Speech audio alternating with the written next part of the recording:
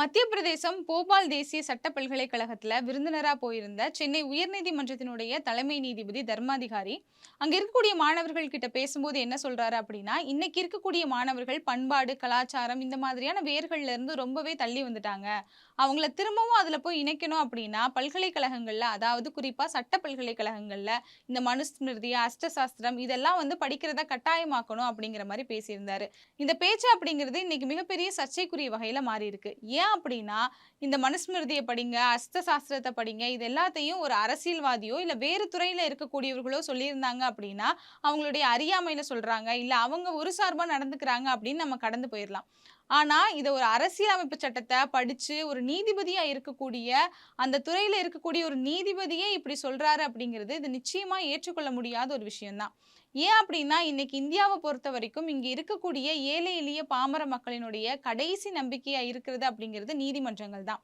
ஏன்னா, அங்க தான் சட்டத்தின் மூலியமா அவங்களுக்கு பாரபட்சம் இல்லாம தீர்ப்பு கிடைக்குது அப்படிங்கிறத மக்கள் இன்னமும் நம்பிக்கிட்டு இருக்காங்க. அப்படி இருக்கக்கூடிய சூழ்நிலையில, தொடர்ந்து நீதிபதிகள் இப்படி ஆர்எஸ்எஸ்க்கு ஆதரவாகவும், மனுஸ்மிருதிய படிங்க அப்படின்னும், அஸ்த சாஸ்திரத்த படிக்கணும் அப்படின்னும், தங்களுடைய வழக்குகள்ல மனுஸ்மிருதிய கோட் பண்ணி தீர்ப்புகள் வழங்குறது அப்படிங்கிறதெல்லாம் தொடர்ச்சியா நடக்கிறத நம்மளால பார்க்க முடியுது.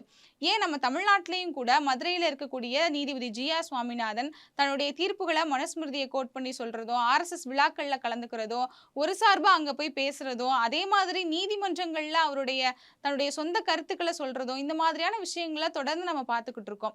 தமிழ்நாடு மட்டும் இல்ல, வடமாநிலங்கள்ல இருக்கக்கூடிய நீதிமன்றங்கள்லயும் நீதிபதிகள் இப்படிதான் இருக்காங்க.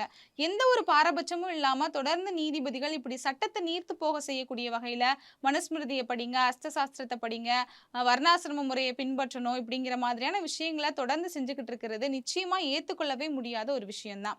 ஏன்னா, இந்த அரசியலமைப்பு சட்டத்த கொண்டு வந்திருக்கிறது அப்படிங்கிறது ஒரு சாதாரணமா நிகழ்ந்த ஒரு விஷயம் கிடையாது. முதல்ல இந்த அரசியலமைப்பு சட்டத்த வடிவமைக்கிற அந்த குழுவுக்கு தலைவரா அம்பேத்கர போடும்போது, மத அடிப்படைவாதிகள் எல்லாருமே அதுக்கு எதிர்ப்பு தெரிவிச்சாங்க. மிகப்பெரிய போராட்டங்கள தாண்டி தான் இந்த அரசியலமைப்பு சட்டத்த அம்பேத்கர் கொண்டு வந்தாரு. அதுவும் இந்த சட்டத்தின் மூலியமா நாட்ட கொண்டு போனா, நிச்சயமா அது நாட்டுக்கு நல்லதா அமையும் அப்படின்னு அவர் பல போராட்டங்கள தாண்டி தான் இத கொண்டு வரவும் செஞ்சாரு.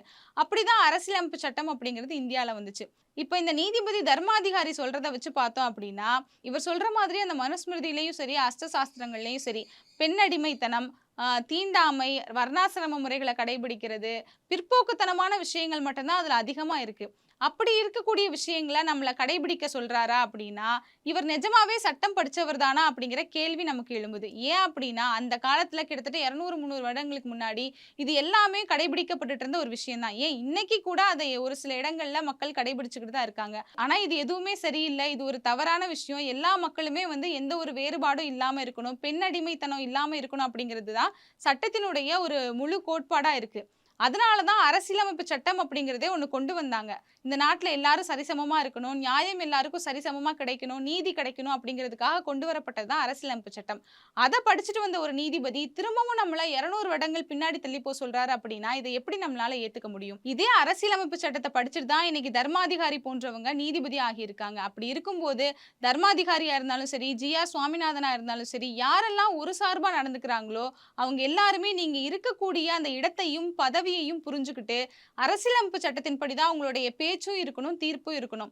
அது மட்டும் இல்லாம நீதிமன்றங்கள் எந்த ஒரு பாரபட்சமும் இல்லாம தான் செயல்படுது அப்படிங்கிறத நீதிமன்றங்கள் உறுதிப்படுத்தணும். ஒரு தலைமை நீதிபதியாகவே இருந்தாலும் கூட, இந்த மாதிரியான விஷயங்கள பொதுவெளியில பேசும்போது, அதற்கான உரிய நடவடிக்கையையும் நீதிமன்றங்கள் கட்டாயமா எடுத்தாகணும்.